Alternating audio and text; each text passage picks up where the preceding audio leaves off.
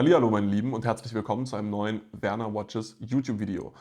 Heute rede ich über die CPO-Programme der etwaigen Konzessionäre, Bucherer, Rüschenbeck und so weiter und ja, teile meine Kritik dem ganzen Thema gegenüber mit euch. Ihr könnt euch vorstellen, als Vintage-Händler sind die Konzepte von CPO für mich mindestens mal fragwürdig. Und ich finde, darüber sollte gesprochen werden, weil gleichzeitig auch meiner Meinung nach sehr wenig darüber in den Medien kommt. Denn viele der Leute, die natürlich im Uhrenmarkt einflussreich sind, gerade die Influencer, haben nicht nur regelmäßig auch Kooperationen, zum Beispiel mit diesen Konzessionären, sondern sind auch extrem daran interessiert, bei etwaigen konzessionären Uhren zu bekommen. Ähm, Sind vielleicht auch nicht tief genug im Vintage-Uhrenmarkt, um zu verstehen, was bei CPO falsch läuft und praisen deswegen das Ganze so ein bisschen zu sehr. Und ich möchte aber tatsächlich mit einigen Dingen aufräumen, die mir einfach am Herzen liegen diesbezüglich, die ich als wirkliches Problem sehe und finde, die sollten die Leute einfach wissen. Ich wünsche euch ganz viel Spaß bei dem Video. So, fangen wir vielleicht erstmal damit an, was ist CPO und was bedeutet CPO? CPO ist das sogenannte Certified Pre-Owned Programm etwaiger Konzessionäre. Das machen meines Wissens nach Bucherer, das macht Rüschenbeck, Wempe macht es nicht. Ich weiß allerdings nicht, ob sie es noch nicht oder gar nicht machen. Und auch einige kleinere Juweliere. Soweit ich weiß, macht zum Beispiel in den USA, das ist jetzt kein kleinerer Juwelier, aber Tonneau macht das wohl auch. Das heißt, das ist ein Gedanke, ein Programm, eine Idee, die den Uhrenmarkt, den AD, also den Konzessionärsmarkt, relativ schnell, das wird sicherlich mit langer Planung vorbereitet gewesen sein, aber die relativ schnell doch Einzug gehalten hat in den ganzen Uhrenmarkt. Was passiert bei CPO? Was bedeutet CPO? Certified Pre-Owned impliziert das schon so ein wenig. Die Konzessionäre selbst können jetzt Vintage-Uhren, gebrauchte Uhren, also Pre-Owned Uhren ankaufen. Lustigerweise ist da schon das erste Problem, weil zum Beispiel Rüschenbeck das Rüschenbeck Vintage nennt, allerdings es in Summe einfach um Pre-Owned Uhren geht. Also ich habe bei Rüschenbeck Vintage auch schon irgendwie 2, 3 Jahre alte Uhren gesehen. Das sind nicht mal Neo-Vintage, das sind einfach neue Uhren, die gebraucht sind und schon mal getragen wurden. Aber das ist ja auch okay. Das bedeutet, der Hersteller, nicht der Hersteller, pardon, sondern die Konzessionäre kaufen also jetzt Uhren, die sie theoretisch selbst verkauft haben könnten und im Zweifel auch verkauft haben, zurück. Das ist an sich erstmal keine schlechte Sache, denn viele Kunden, die vielleicht auch wenig Interesse daran haben, sich einfach mit dem Verkauf auf lange Hand zu beschäftigen oder zu einem Händler wie mir zu gehen, die können einfach zu dem Konzessionär, mit dem sie schon eine lange Beziehung haben, gehen und die Uhren verkaufen. Was da für Preise gezahlt werden, ist jetzt das andere Thema. Damit habe ich nämlich ein ganz großes Problem, denn, da kann man zumindest auch mal kurz drauf eingehen, ähm, da wird nicht der übliche Ankaufsprozess durchlaufen. Ich finde, Uhrenankauf von Händlerseite ist immer eine sehr emotionale Sache. Es hat sehr viel mit Bauchgefühl zu tun. Es hat sehr viel mit der Einstellung von einem selbst bezüglich der Uhr zu tun. Ist das eine Uhr, die in einem selbst was weckt? Also ich kaufe ganz oft Uhren, wo ich sage, dass ich da wahrscheinlich gar nicht viel Gewinn mitmache. Einfach nur, weil ich glaube, oder weil ich weiß, dass die Uhr in mir was weckt und hoffe, das auch in anderen wecken zu können. Und generell sind da ganz viele Faktoren, die bei den jeweiligen CPOs überhaupt keine Rolle spielen. Also ähm, Bucherer zum Beispiel geht da ganz streng nach einem klassischen Algorithmus vor. Da werden von einem Programm die Ankaufspreise je nach Zustand gemacht. Zustand ist übrigens auch hier wieder eine ganz komplexe Frage, weil es hier nicht danach geht, dem oftmals wichtigsten ist die Uhr unpoliert, sondern es geht darum, wie gut oder schlecht sieht die Uhr noch aus. Also heißt, eine extrem stark polierte, aber eben immer von Cartier polierte Uhr, die regelmäßig zum Beispiel bei Cartier im Service war, würde mehr wert sein als eine unpolierte Cartier Santos, die aber noch nie bei Cartier im Service war und entsprechend ein paar Macken hat.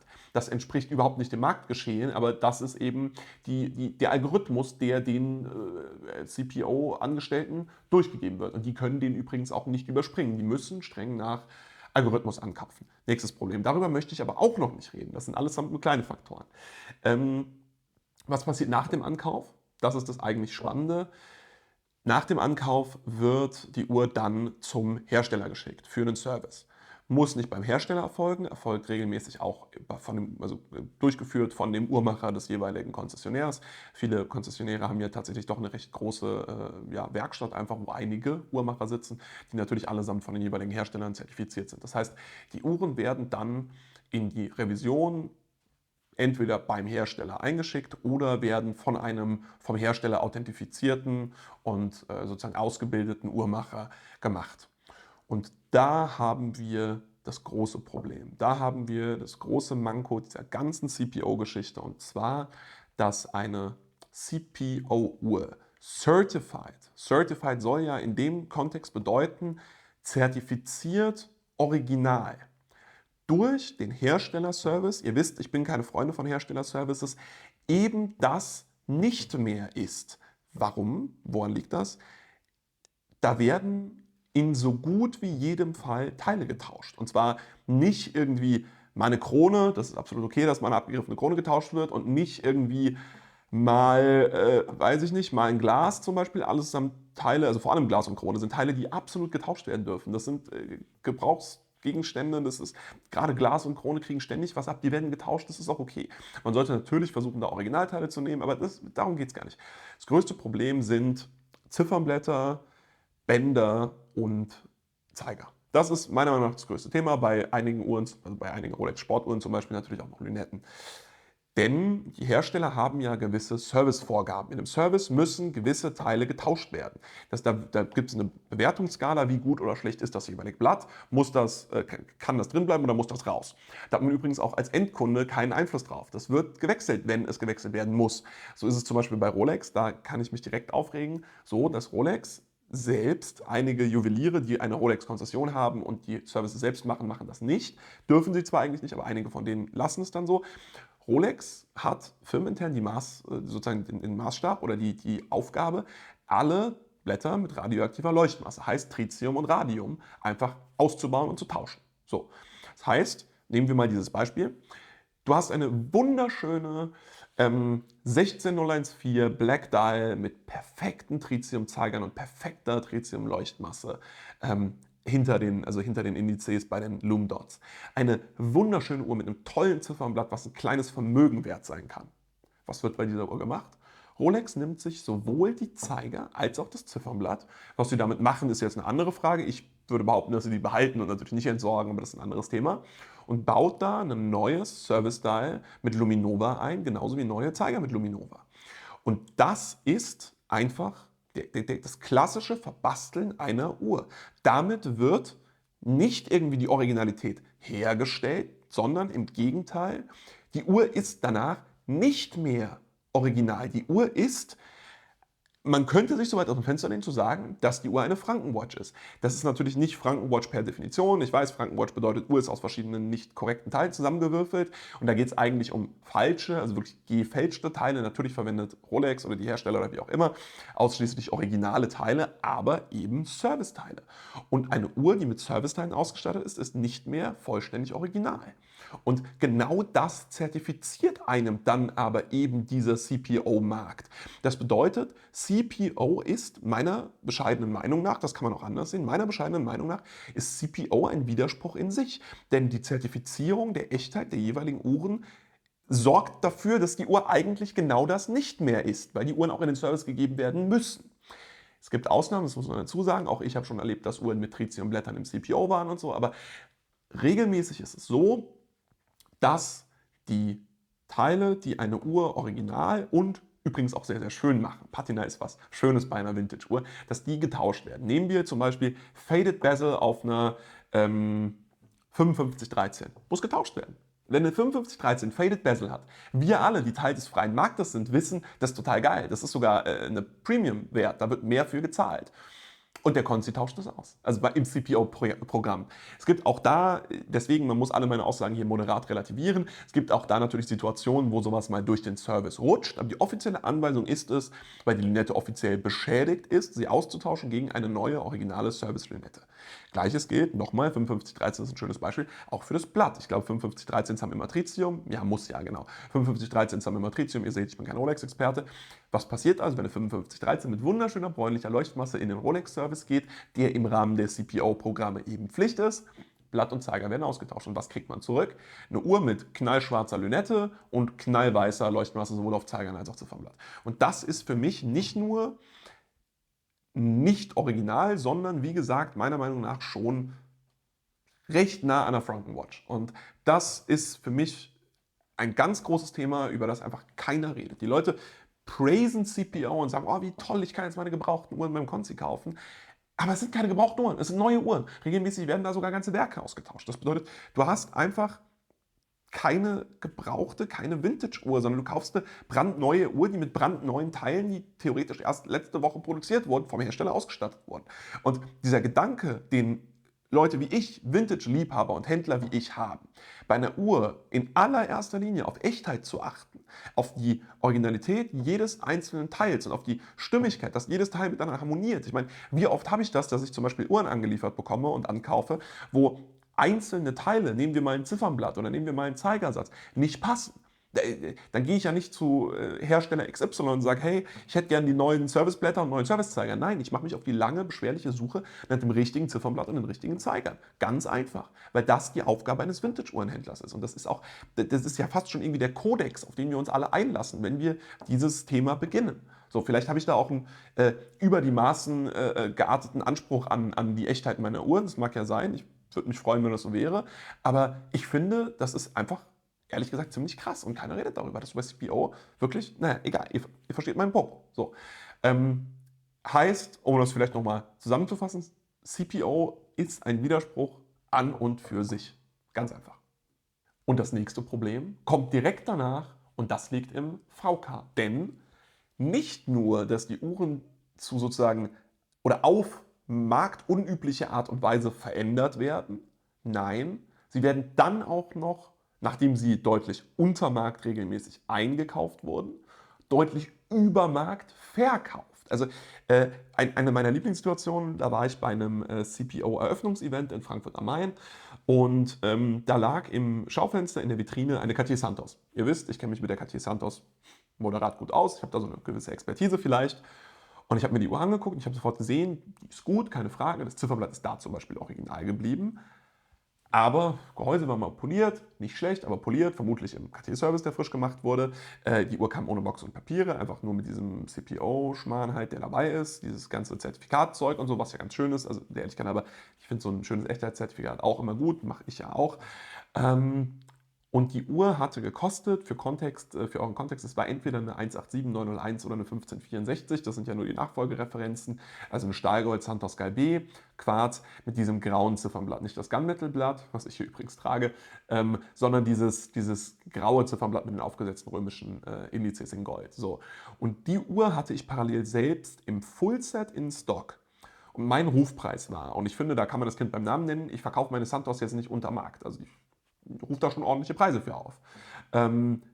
Mein Rufpreis war irgendwie 3,8, 3,9, lass es 4 gewesen sein, sowas um den Dreh. Ich weiß nicht mehr genau, aber es war so die Größenordnung. Und die wollten, ich glaube, 4,4 oder 4,5. Und das war schon happig. Das heißt, du hast eine Uhr, die eben anders als meine poliert war. Gerade bei der Santos ist natürlich unpoliert auch extrem wichtig, wo vielleicht eine Servicekrone drauf war, wo vielleicht schon ein ganzes Ersatzwerk drin war. Gerade Quarzwerke werden im Service gerne auch einfach mal ausgetauscht, wenn sie nicht mehr laufen. Und die Uhr hat einfach mal über 10% oder um die 10% mehr gekostet als meine.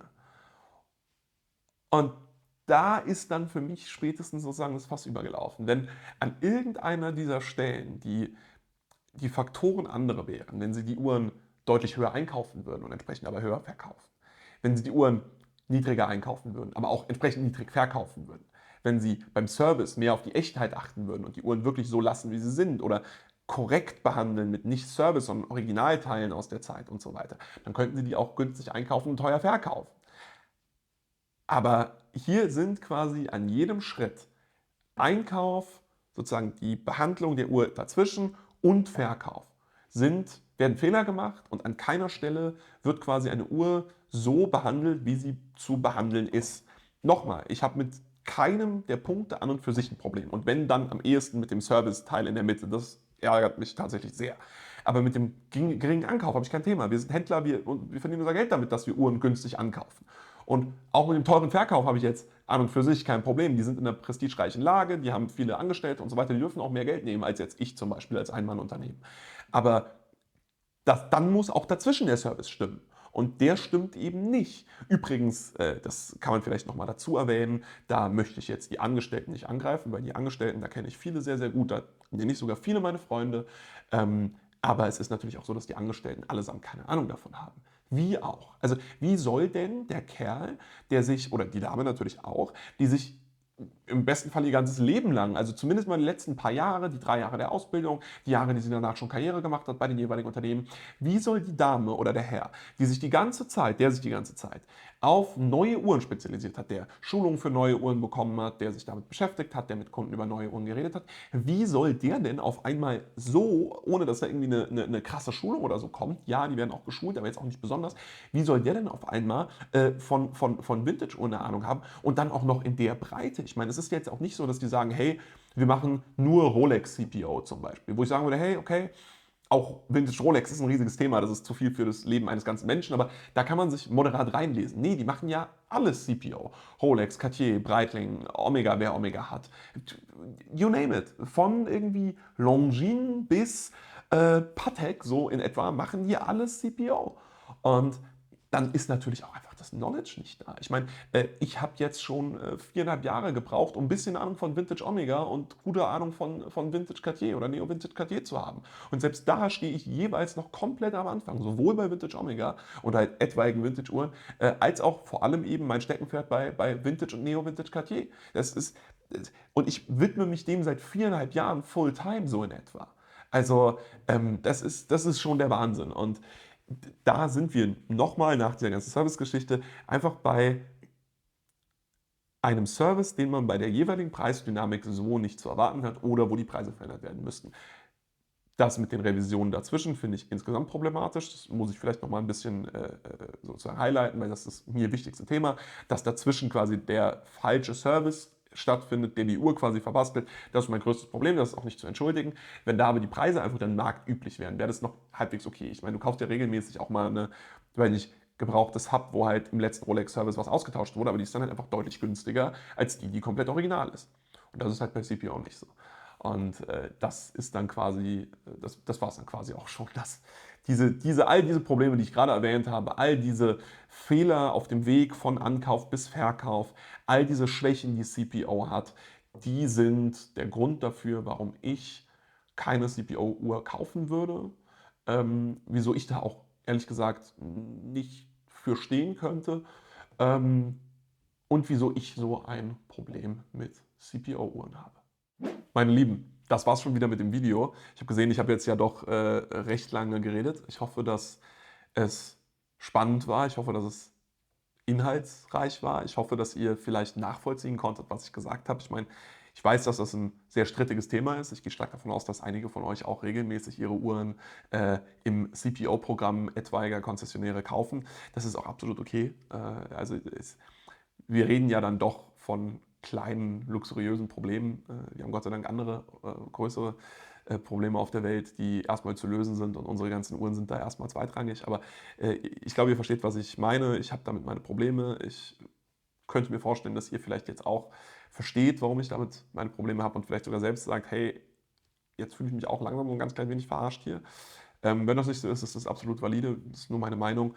Und ja, ich hoffe, das Video hat euch gefallen. Gerne liken, kommentiert eure Meinung zu dem Thema. Das ist mir immer sehr, sehr wichtig. Also es gibt ja Videos, in denen es einfach nicht viel zu kommentieren gibt, wenn man mal ehrlich ist. Aber ich finde, das ist ein Video, wo man auch einfach sehr gut drüber diskutieren kann, weil das schon ein sehr spannendes und streitbares Thema ist. Entsprechend lasst gerne eure Meinung dazu in den Kommentaren da. Ich werde versuchen, da drauf einzugehen und gerne auch so sachlich wie möglich drauf die zu beantworten. Ansonsten liken und abonnieren nicht vergessen und bis zum nächsten Video. Ciao!